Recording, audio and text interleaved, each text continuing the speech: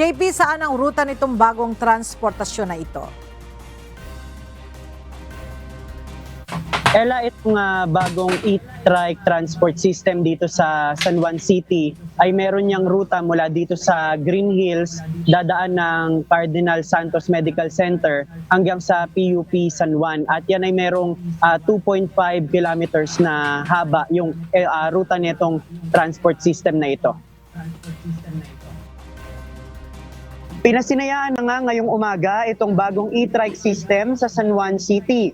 Mula ito doon sa kahilingan ng mga pasahero, gaya ng mga estudyante ng PUP San Juan o PUP San Juan, mga nagpupunta ng Cardinal Santos Medical Center at iba pang mga residente. Dati kasi walang public transportation na pwedeng masakyan kaagad yung mga nanggagaling ng Green Hills. Ngayong araw, merong 4 na unit ng e-trike ang mga papasada para magsakay na ng mga pasahero.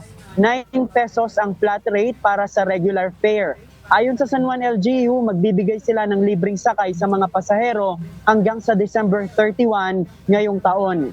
Samantala, binuksan na din ngayong umaga yung West Crame Connector Road.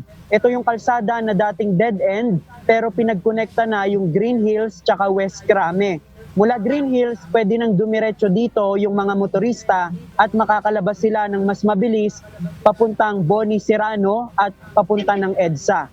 Ayon naman sa MMDA, magsisilbi itong mabuhay lane at hindi pwedeng paradahan ng mga sasakyan upang makatulong ng husto sa traffic decongestion.